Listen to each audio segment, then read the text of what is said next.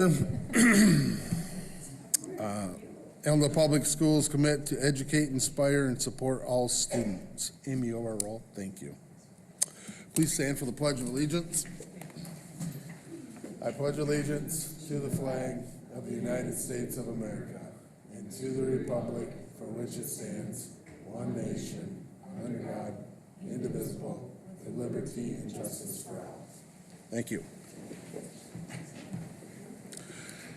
Can I have a motion to approve the agenda?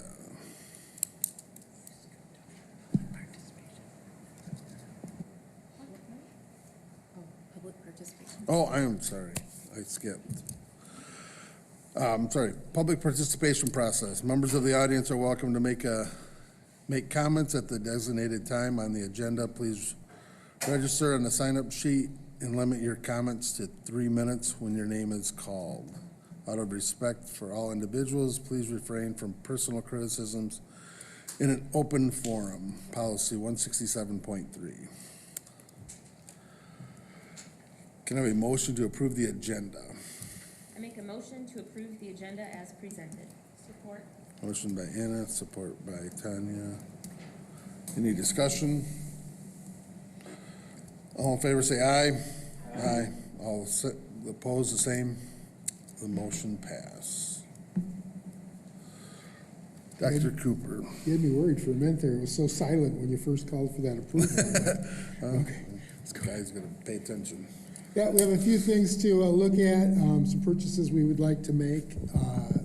First up is the athletic department has asked for new high jump and pole vault mats.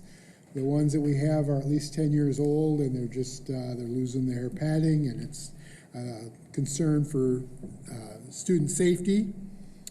And so the cost for both mats total would be $32,099.98. So we'll be bringing that forward at the March meeting, hopefully for approval. I just want to see if you had any questions about that purchase. I do actually have a couple questions. Sure. And I'm going to be the negative Nelly right now. I know the athletic boosters has quite a bit of money in their fund. Is there a reason that the school is paying for this? I mean, if we're going to be doing supposedly a bond and we're going to lose money and all that, I'm not sure why we're purchasing this. And the second question is, this is where a good fundraiser would happen, because like we had the senior all-nighter and we raised over $50,000 for our seniors.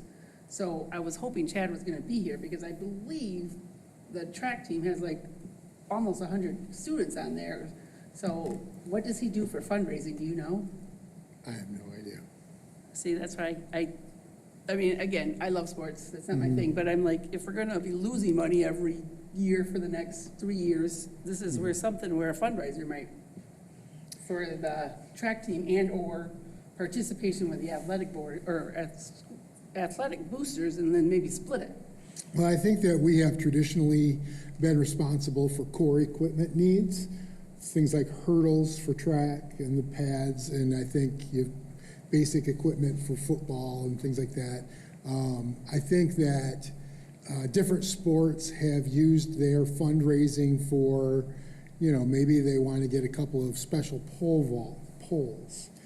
So they would use it for that. Sometimes they use it for special clothing items, like we try to pay for jerseys, but sometimes they want to do a special jersey, that type of thing. But the school has traditionally been responsible for the equipment.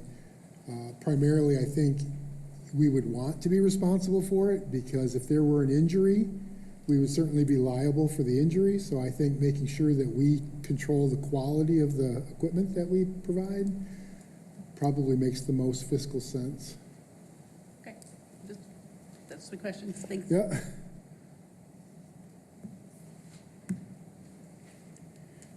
Okay. Next up, we have purchase updated hardware for data storage. And so in your packet, you got a letter from Mr. Mulder, talked about what we're looking to do. The security camera video is stored on different network recorders. They're now obsolete, so if they break, it's impossible to replace them, or repair them. We'd like to replace the whole system and update it. This would also, I think, bring some added layers of security with it, so that would be important. Mr. Mulder investigated several solutions, looking at in-house storage to cloud storage options. After looking at the different products, his recommendation is the Alta solution from People Driven Technology. The quote is for a 5-year subscription covering all the cameras, and it's part of the REMC statewide bid. So if you recall, when we go through REMC, they've already done the bidding process for us, so we don't have to get multiple bids. They've already gone out to get multiple bids for us. And he's recommending the purchase of the Alta video storage solution. In his memo, it says $250,000, but he was just kind of rounding. If you look at the actual quote, it's $250,270.49. Again, talking about where we at financially, we do have approximately 75 to 80,000 available in 31AA. That's our initial estimate of what we would receive this year from that grant. So we would use 75,000 or 80 to 80, whatever those final numbers are, because some of that is used to pay salary. We would use what's left there to offset the cost and then take the rest from our capital projects fund. We do know that they're still waiting for that final court case on 31AA. And if it comes back the same way as the initial decision and the other schools who have opted out stay out, we know that our allocation is going to pretty much double. So it'll go from about 430,000 up to about 960,000, in which case then we would take all the money for the security out of the 31AA. I might have missed it, but when do we start getting that grant money? We've already getting it. They started We're paying already us in getting it. December. So the Okay. interesting thing is that they paid everybody. Even people who opted out started getting payments. And then what they said is that if, let's say, District A, who opted out based on the court decision, but has been getting payments, if they stay out, then their payments towards the end of the year, they will reduce their state aid payment by whatever they've been given for the grant. So they are tracking that. But basically, everybody started getting payments for it in December. Okay. So yeah, that money is already coming in. And hopefully, I can't remember when the next court ruling is. It's in March sometime. I don't think it's before our next meeting, though. So we kind of have to decide, are we okay with taking the 75,000 or whatever out of what we got allocated, paying the rest out of capital projects? Again, that would be my recommendation. The cloud, the storage is critical to, we have, whenever there's an incident, if you can go back and look at the video, that's very helpful. The new system will allow us to have administrators to have encrypted coded access to the video from a remote location. So, if somebody calls up and says, hey, I think there's something going on at the high school, much quicker than driving over, I could log into the computer, pull up the cameras, and see right away what's going on. So I think it's really important that we keep our security equipment as up to date as possible. How long do we keep those recordings? Like, is it 10 years or forever? Like, how does that work? We're required to keep them at least 30 days. Yeah. Depending on we've got multiple recorders right now, so depending on how many cameras are going to it, some of them are maybe at 40 days or something like that. But Okay. it's 30 plus a little bit. And then it all gets deleted? It's kind After of that? like a round robin, so as it fills up, then it deletes the oldest and replaces it with the new. Gotcha. So, Okay. Is that how this new one would function also, or is yes, that? it would function. It would function the same? And then, what is the difference between just the in-house and the cloud? Is it the remote access, or is it like the physicality of where things are stored? As someone And who's Paul, not- before you answer, can I ask you to step up to the mic, because we've got people watching at home, they want to hear your responses. So the remote access, we can do that far more securely going into a cloud system than trying to manage that ourselves. We don't have remote access really set up, so then we would be managing it just for that, and I can't do as good a job as what the cloud vendors can do with that. Maybe. Is there a significant cost difference between one like this with a cloud as opposed to something in-house? The cost difference at this point does not strike me as something that's cloud versus in-house. Okay. It's more what are the searching capabilities and what are the remote access capabilities versus not. Okay. Okay? Thank you, Paul. And then one question for you, Dr. Cooper, on that. So the entire expense that we would incur, we can apply 31AA funds to that entire amount? Is that right? If we get, I mean, we've already allocated all the 31A funds for this year except for 75,000. But if we Okay. get more after the court hearing is final, if we get more, then we could put all of it to 31AA. Because Okay. this is a qualified purchase under the 31AA grant. Right, so that's really what my question was, this is qualified. When, so you said sometime in March? But Yeah, I not can't before remember. our Have you next seen meeting? that? That's what I was gonna say too. I think it's the 18th or 19th. So, Okay. I guess, from my perspective, I think it might make sense to wait until, at least to vote on this piece, because if we make the commitment, and I don't know if there's sensitivity to when we need to commit to using the vendor. But if we can use our 31AA funds for this, then I'd like to wait and kind of see what that looks like, as opposed to pulling this out of capital funds. Because, you know, for instance, the high jump and pole vault equipment, we can use capital equipment, or we can use money out of our capital fund for that. We can't use 31AA funds for that. So it might be prudent for us just to wait on that until we know where those monies can come from, and then vote on it. Or vote on it. With a stipulation. Yeah, it would just be, I think it would be, the smart approach would be, see what we have for 31AA, we have an expense, we know we have a need, and use those funds for that expense, as opposed to pull it out of one pot of money that's less restricted. So, that's my thoughts. yeah, I totally understand that. It makes a lot of sense. We thought about, I guess my concern is, let's say the court case comes back, we're not gonna get any more money, then this equipment fails. Now we don't have the same level of security for our students and our staff, and, because this equipment has to be replaced. So I understand completely what you're saying, and we can certainly wait, but I guess it just makes me feel like we'll be leaving ourselves a little vulnerable, because we just can't, this equipment's become obsolete. Okay, so is there an immediate need? Is this equipment at end of life or beyond end of life, where it's like, hey, we can't wait 2 weeks? The equipment is beyond end of life. So right now, it's operating, but yeah, it was end of life about a month ago. And we've been working toward this for a while, but I wanted to make sure we had everything planned out right. The one thing that I would say could be price sensitive is there's a lot of storage involved here, and the cost of storage right now is going up because of these data centers that are coming out. And I'm hearing numbers of 50% increase in costs to school pricing.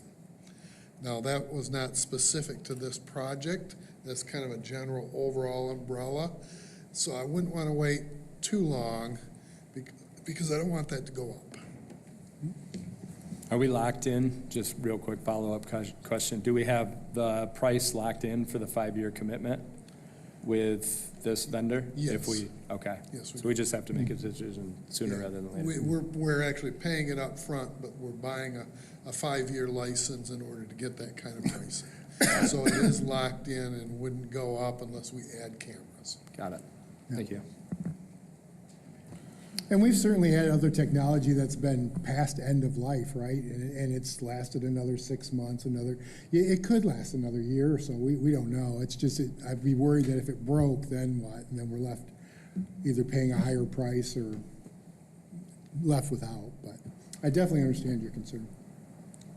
Is there a way we could put in there that if we were to vote on it next month, to put in there, you know, to earmark it for 31AA money if the court approves it? I mean, that we can get it approved, and if not, we will take it out of the general fund, or out of the capital projects. Yeah, I don't think you need to earmark, I don't think it has to be that formalized in a vote. I think we all know we're committed Yeah, to. well, I mean, and I know what Brandon's saying, I like the idea of knowing, but also, if we're gonna vote on it, even if the court case goes the way it does and we don't get any more money, we're still gonna vote on it in 2 weeks then, or in a month then.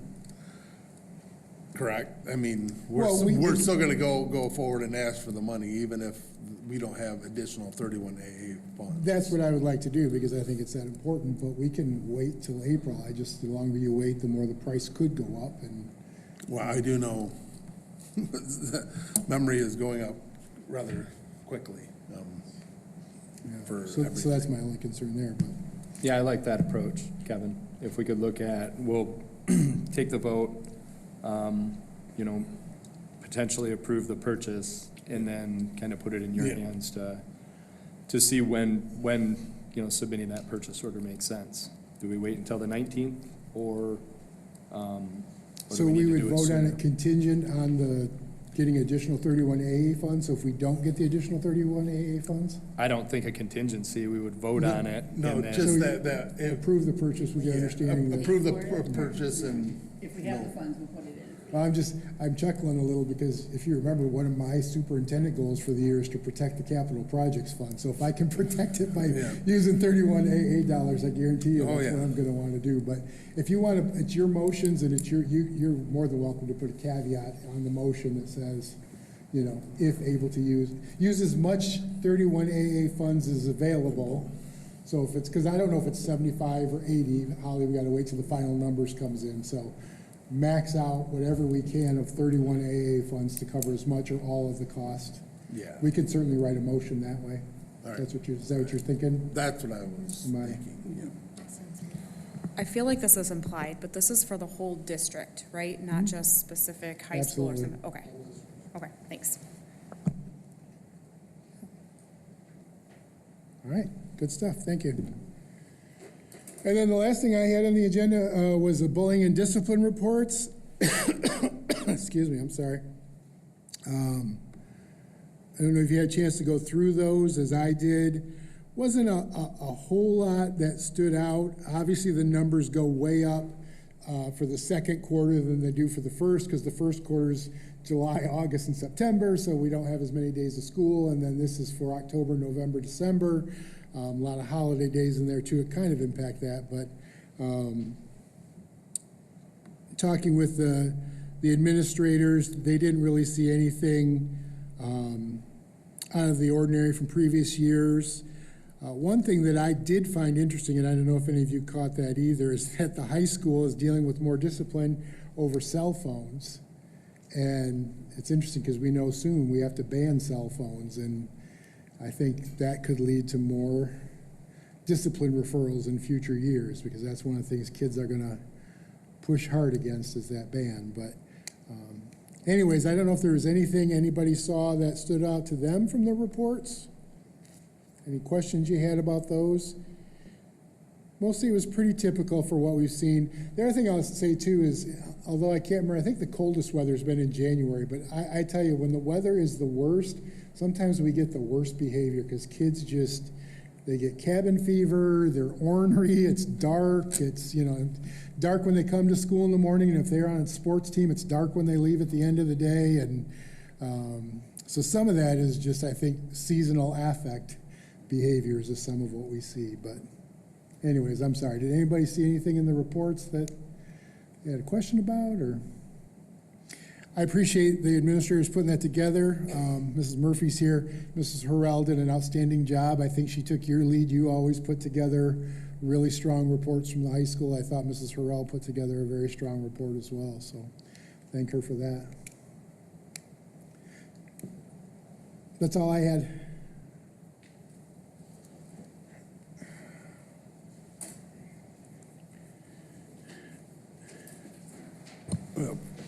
Public comment.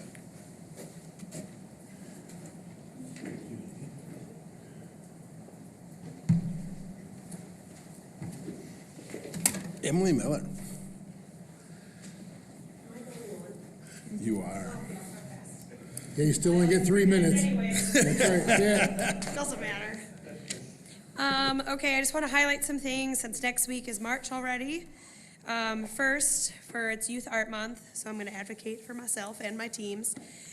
This last month, 5 of my students had artwork on display at the Grand Rapids Art Museum. Thank you, Amy, for sharing that today. As part of the Michigan Art Education Region 9 exhibition, 2 of them will be moving on as part of the Top 100 and Michigan Department of Ed to the Adrian College at the Hickman Gallery. We're going Saturday to hang it up, and it will be up for the month of March. And then starting on Sunday, I'm hanging up art at the DeVos Center on the Skywalk. So 5 students of mine will be in the West Michigan Youth Art Exhibition as well. And there's like 129 others that have entered just from across West Michigan, not from Allendale.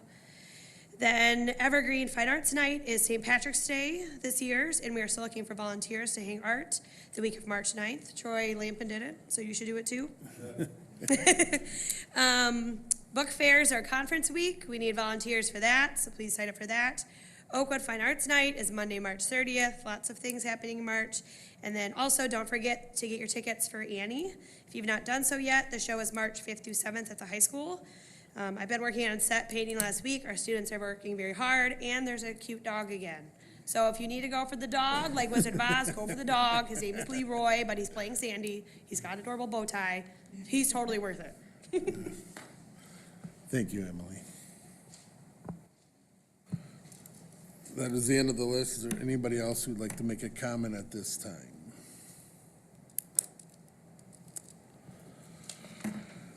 Can I have a motion to adjourn at 6:23? I make a motion to adjourn at 6:23 PM. Support. Motion by Anna, support by Liz. Any discussion? All in favor, say aye. Aye. All opposed, the same. Motion